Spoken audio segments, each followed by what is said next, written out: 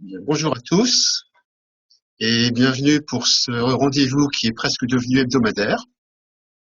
Donc aujourd'hui, notre thème, c'est la périmétrie, une fois de plus, et tout ce qu'on peut faire avec les technologies d'aujourd'hui. Dans un art tel que la périmétrie, eh bien, beaucoup de choses se situent dans les détails. La périmétrie automatique ne résout pas tous les problèmes et qu'il y a un certain pourcentage d'examens qui ne sont pas véritablement réalisables de façon fiable en périmétrie automatique. Donc ça concerne les enfants, les personnes âgées, des bases de vision, certains types de handicap. Bon, le principal avantage du Goldman, c'était, on en avait parlé la semaine dernière, son interactivité avec le patient. Il est dans certains cas plus rapide et plus fiable que la périmétrie standard automatisée.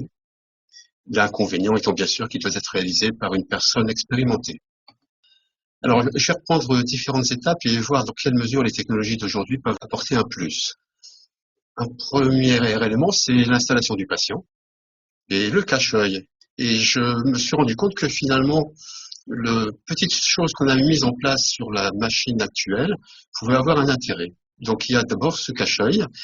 Comme vous le savez probablement, beaucoup de patients, lorsqu'ils réalisent un examen, que ce soit en périmétrie automatique ou en périmétrie manuelle, ont une expérience assez bizarre, puisqu'ils voient périodiquement l'écran apparaître et disparaître. Et parfois, ils vont même vous dire, eh bien, je crois qu'il y a un souci avec l'appareil, puisqu'il s'éteint de temps en temps. En fait, ce phénomène qui est connu depuis très longtemps se produit chez un pourcentage assez élevé de patients. L'explication qu'on en a, c'est qu'il y a une différence d'éclairement entre les deux yeux et donc une espèce d'alternance de compétition entre les deux yeux. À savoir qu'il ne se produit pas en binoculaire et qu'il apparaît en général à peu près 30% du temps d'examen, ce qui n'est pas négligeable. Et certaines études ont montré que pendant la phase d'obscurcissement, il y avait une perte de sensibilité de l'ordre de 2 décibels. Et donc cela peut contribuer à des fluctuations de mesure lors des examens de champ de vision. La solution, c'est le cache optique opalescent, parce qu'il évite ce phénomène de rivalité binoculaire que les anglo-saxons appellent Ganzfeld blankout. Donc une meilleure sensibilité, une amélioration d'environ un peu plus de la moitié d'un décibel, et puis moins de fluctuations dans les résultats. Nous avons mis au point une technologie de support magnétique qui permet à la fois un gain de temps pour la mise en place. Un intérêt aujourd'hui, c'est l'absence de contact avec le patient et très certainement un meilleur confort. Cependant, il faut se méfier parce que ce filtre cache optique que nous proposons sur nos appareils cache uniquement le champ central et donc n'est pas adapté si vous faites un examen de périmétrie complet, en particulier pour les optères périphériques. L'étape suivante, c'est la correction optique. Donc, je vous rappelle, la correction optique dépend de l'âge du patient, elle dépend de sa réfraction en vision de loin. Et donc, entrer la date de naissance du patient sans erreur est important, car sinon, l'appareil va considérer que le patient a 20 ans et donc des risques d'erreur importantes.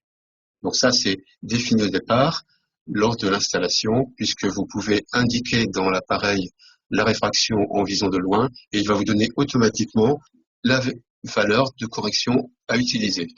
Alors, nous avons sur nos appareils deux solutions, soit d'utiliser des verres grand champ qui sont avec ce support magnétique et qui ont un diamètre 55 mm qui est largement supérieur aux verres classiques baguet métal que vous voyez ici. Ces verres baguet métal, on a également un support disponible sur nos appareils et donc qui permet également la correction de l'astigmatisme. L'intérêt de ces verres grand champ, c'est que leur diamètre utile étant nettement plus important, ils peuvent autoriser des mouvements plus importants de la part du patient et donc éviter ces fameux artefacts de support de verre.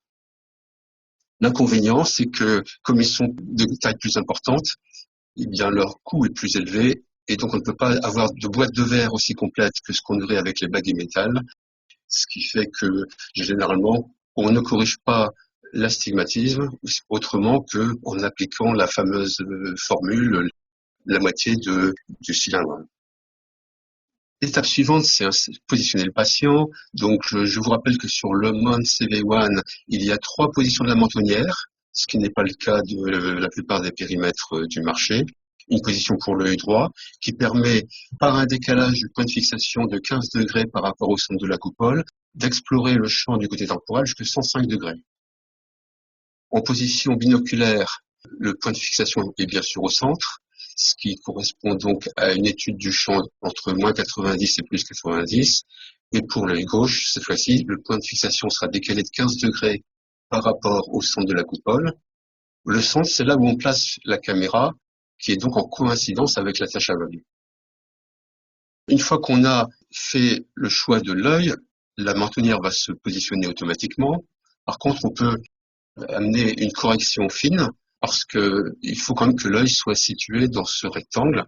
Il n'a pas besoin d'être précisément au centre, mais il doit être à l'intérieur du rectangle si on veut être relativement fiable au niveau de l'examen. On peut corriger cette position à l'aide du bouton de navigation qui se trouve sur le flanc de l'appareil ou éventuellement, et ça c'est peut-être utile aujourd'hui en raison de nos virus, directement à partir du clavier avec les touches F1, F2, F3, F4 qui permettent les mouvements horizontaux et verticaux de support de tête.